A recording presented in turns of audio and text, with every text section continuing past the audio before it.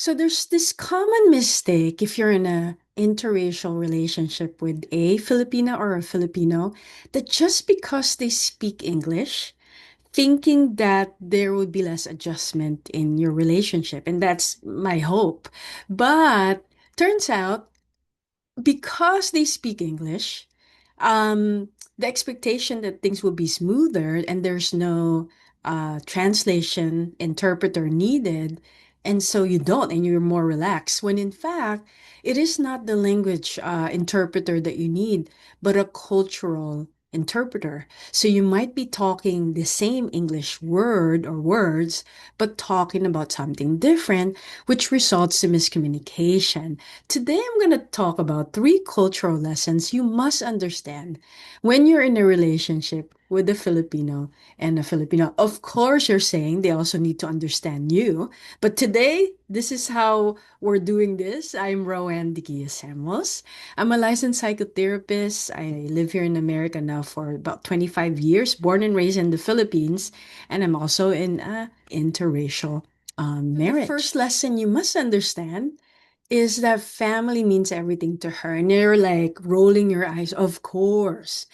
But I want to show you an illustration I've created a long time ago.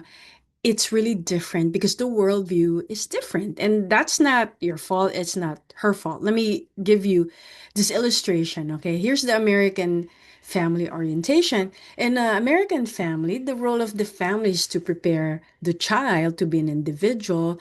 There's a focus on a child being more independent right away once they're able to pick up their food, sit them in the high chair.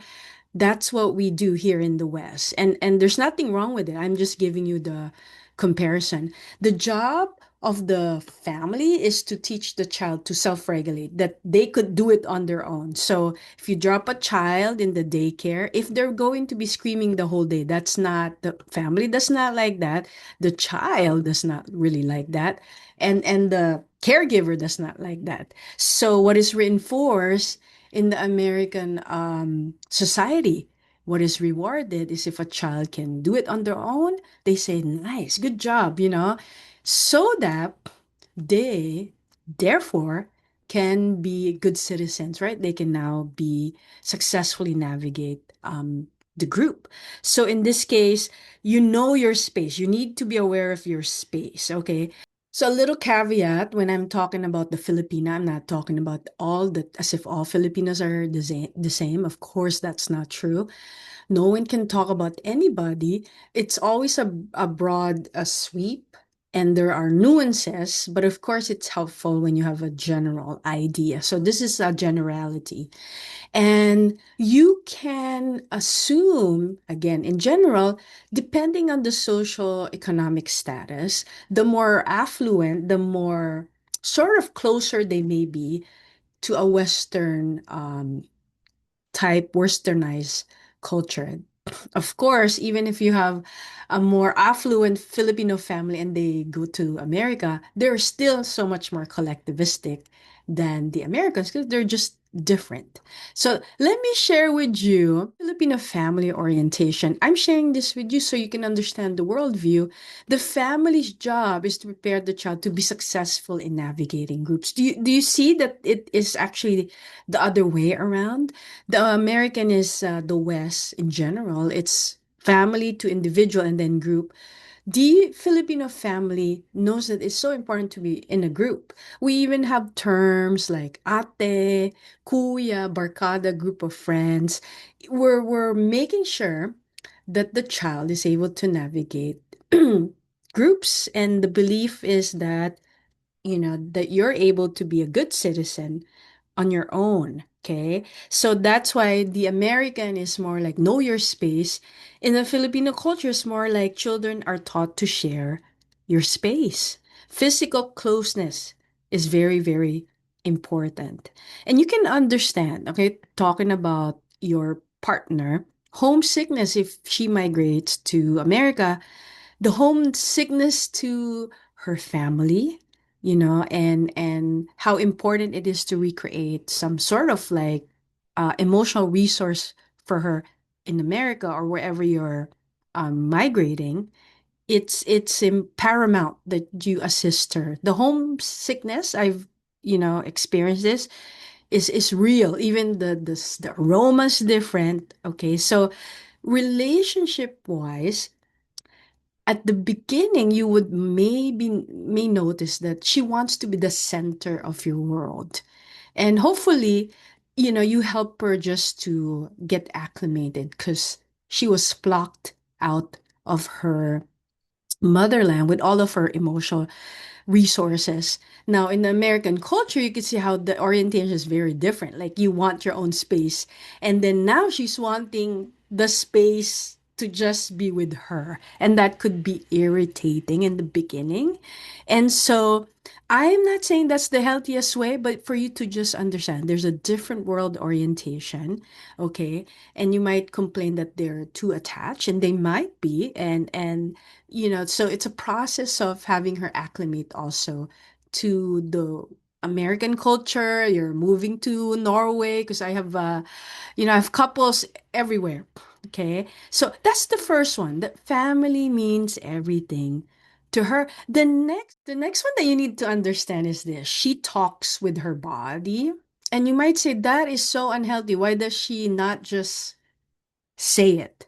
Um, that too can be learned. So when I'm working with couples, I teach to read more the nonverbal cues, and for Filipino or Filipina to actually be able to also verbalize their needs. There's a reason, a cultural reason for this, because there's a hierarchy sometimes, whether it's the elders that we respect more in the hierarchy, could be position, could be title, all kinds of things. And I know this might sound complicated, but there are many instances that someone is just being polite because they want to show reverence, they want to show respect. And whether you agree with this or not, now that you are with your partner, it needs to be understood because she would be talking with her body. And this is mostly, Filipinas from the islands, or if they've mainly been raised in the Philippines.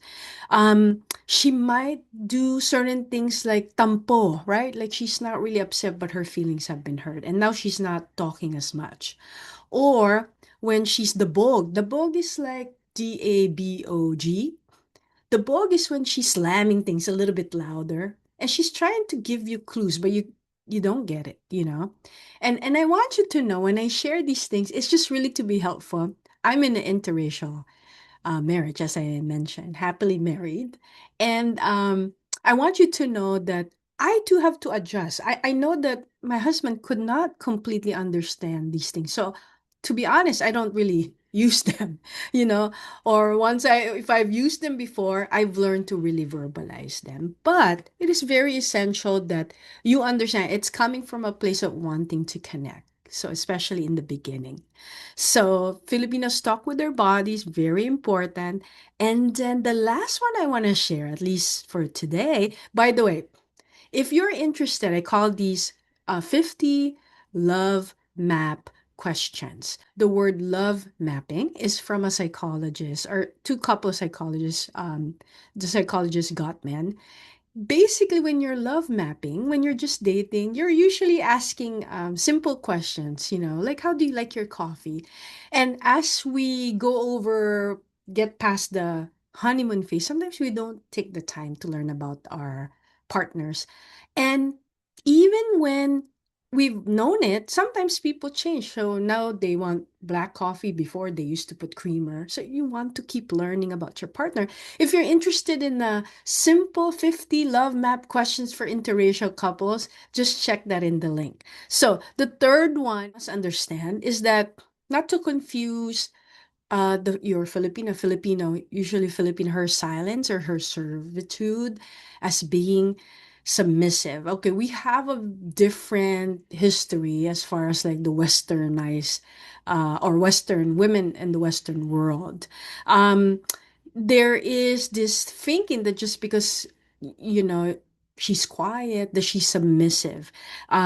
They are just more, the threshold is higher, I believe, as far as like not just verbalizing a complaint because that's frowned upon. If you're always complaining as a child, your parents don't like that. They sometimes might say, if you don't have anything good to say, don't say it, is often what Filipino parents might say. So this could backfire. This can backfire in an interracial relationship because now she's just keeping it to herself. Just because she's silent doesn't mean that she's agreeing or she's submissive.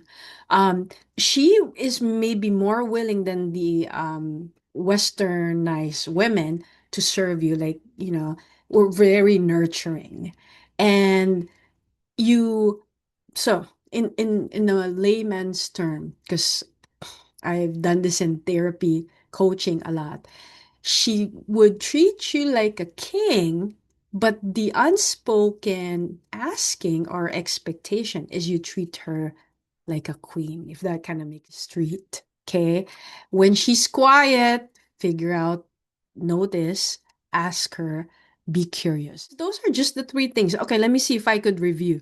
Family means everything to her. She talks with her body, so be more observant. Third one is to not mistake her quietness, her servitude, as being submissive. Well, to you, don't forget to download the 50 love map questions for interracial couples if you need to connect. Check the link.